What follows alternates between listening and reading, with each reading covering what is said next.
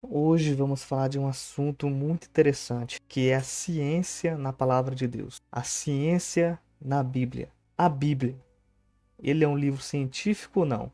Então, colocando essas questões aqui, vamos começar com uma frase de um pensador chamado Voltaire. Ele fala assim: a voz de Deus nos diz constantemente: uma falsa ciência faz um homem ateu, mas uma verdadeira ciência leva o homem a Deus. A ciência moderna, ela te leva a Deus ou ela te afasta de Deus? Ela faz você crer em Deus ou ela faz você não crer em Deus? Vamos começar pela teoria da evolução. O que a teoria da evolução diz? Ela diz que viemos de uma ameba um peixe, depois do peixe um macaco, depois um ancestral comum, aí depois o ser humano. Não está certamente nessa ordem, mas é por aí. Essa ciência de evolução de espécie te leva para perto de Deus ou te afasta de Deus? Outra questão, o Big Bang. Big Bang fala que teve uma explosão, através dessa explosão veio a existir estrela, sol, lua, terra, tudo que existe. Essa ciência do Big Bang te aproxima de Deus ou te afasta de Deus? Nada melhor para responder isso do que a própria palavra de Deus para responder. Então vamos na palavra de Deus. Em Gênesis capítulo 1 já destrói essas teorias. Para quem é cristão e crê na palavra de Deus, jamais deve acreditar em teoria da evolução ou Big Bang. Essas teorias da ciência moderna descartam completamente a palavra de Deus. A palavra de Deus fala uma coisa e essa ciência moderna fala outra. Não tem como reconciliar essas duas coisas. Então vamos lá. No princípio criou Deus o céu e a terra. Esse versículo 1 é o resumo de todo o capítulo de Gênesis. E a terra era sem forma e vazia, e havia trevas sobre a face do abismo, e o Espírito de Deus se movia sobre a face das águas. E disse Deus: haja luz e houve luz. Olha o que está escrito aqui. E a terra era sem forma e vazia. Agora vamos aqui para baixo. O que acontece no quarto dia da criação?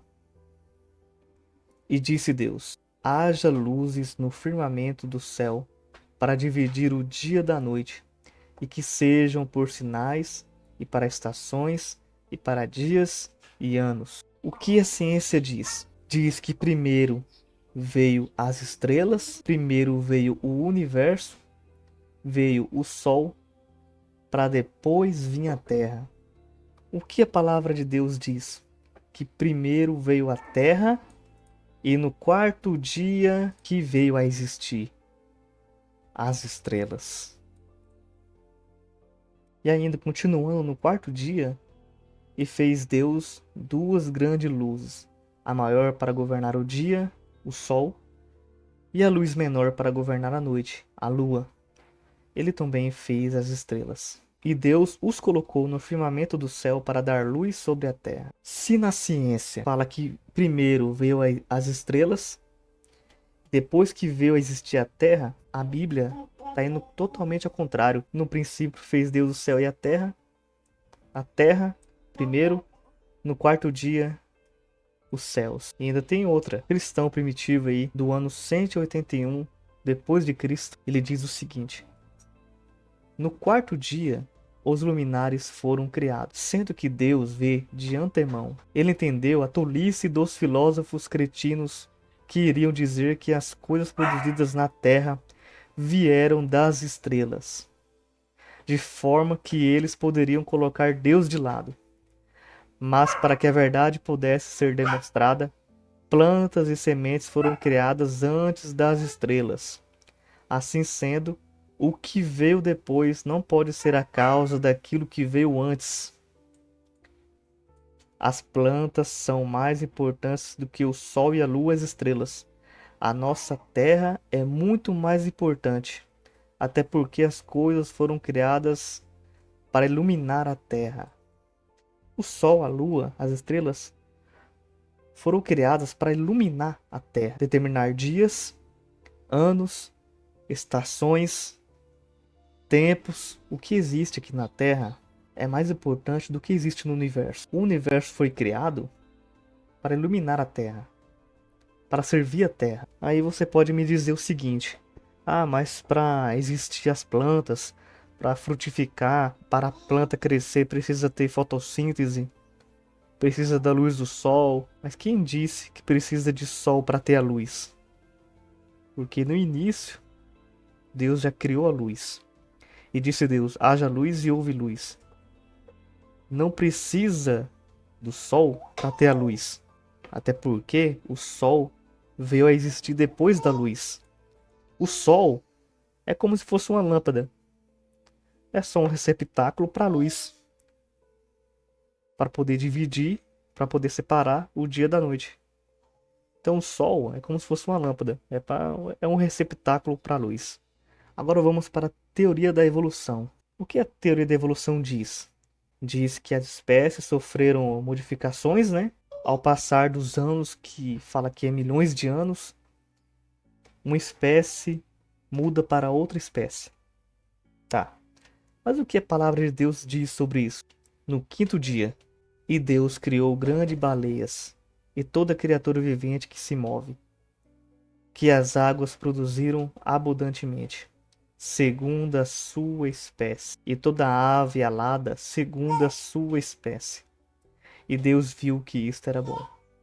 E Deus os abençoou, dizendo: sede frutíferos e multiplicai-vos, e enchei as águas dos mares, e multipliquem-se as aves sobre a terra. E disse Deus: produz a terra criaturas viventes segundo as suas espécies, gado e seres rastejantes, e animais da terra segundo a sua espécie. E assim foi. E fez Deus animais da terra segundo a sua espécie, e o gado segundo a sua espécie, e tudo que rasteja sobre a terra segundo a sua espécie.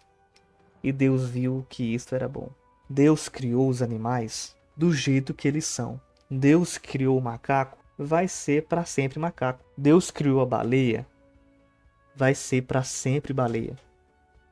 Não existe isso de um animal se modificar e se transformar em outra espécie. O que existe é a adaptação. Um bico de um pássaro, adaptação de morar naquele lugar, de viver naquele habitat. Agora, uma baleia se transformar em um urso, ou um urso em uma baleia, um macaco se transformar em um homem, isso não existe. Quem já viu isso? Ninguém nunca comprovou isso. Ninguém nunca testou empiricamente isso. Aí eles falam: ah, mas não tem como testar, porque precisa passar milhões de anos para acontecer a evolução. Mas quem vai viver todo esse tempo para comprovar isso? Aí até Charles Darwin fala, né, que a evolução ninguém consegue provar porque é muito lenta, a mudança de espécie é muito lenta.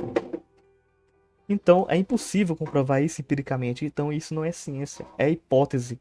Nem teoria é hipótese isso. Só que hoje as pessoas colocam isso como um fato, porque ensinam na escola, ou porque a NASA fala, ou um cientista fala, aí consideram isso como um fato, sendo que não tem comprovação nenhuma. Ossos que acharam de um ancestral comum eram de macacos. Às vezes os arqueólogos achavam um pedaço de osso, e através daquele pedaço de osso fazia todo o resto do animal. Ah, o homem veio do macaco. Veio mesmo do macaco? Então me explica isso aqui, ó. E disse Deus: façamos um homem à nossa imagem, conforme a nossa semelhança, e que ele tenha domínio sobre os peixes do mar, sobre as aves do céu, e sobre o gado, e sobre toda a terra, e sobre toda coisa rastejante que rasteja sobre a terra. Deus criou o homem e a mulher à sua imagem, à sua semelhança. Nós não viemos de um macaco que veio a ser um ser humano através da evolução. E Deus ainda colocou uma autoridade sobre nós. Autoridade sobre todo animal vivente sobre a terra. O único ser vivente que tem domínio sobre a natureza é o ser humano. O único ser vivente que é a imagem do Criador é o ser humano. Colocar nossa imagem à semelhança de um animal, um macaco, isso é uma blasfêmia contra o nosso próprio Criador. Porque até o macaco está sobre o nosso domínio. Os animais não têm o que o ser humano tem, que é o direito de entrar no céu, um direito da salvação. Jesus Cristo, ele não veio morrer pelos animais, ele veio morrer pela raça humana. O único ser de racionalidade, de criar, de fazer coisas, de evoluir espiritualmente em conhecimento, é o ser humano. Então é isso. Só o capítulo 1 de Gênesis destrói com a teoria da evolução e com a teoria do Big Bang. Eu espero que vocês tenham entendido a mensagem. Fique com Deus aí. Que o Criador abençoe cada um de vocês. E que vocês venham aprender que a Bíblia também é um livro científico, mas é uma ciência verdadeira que te leva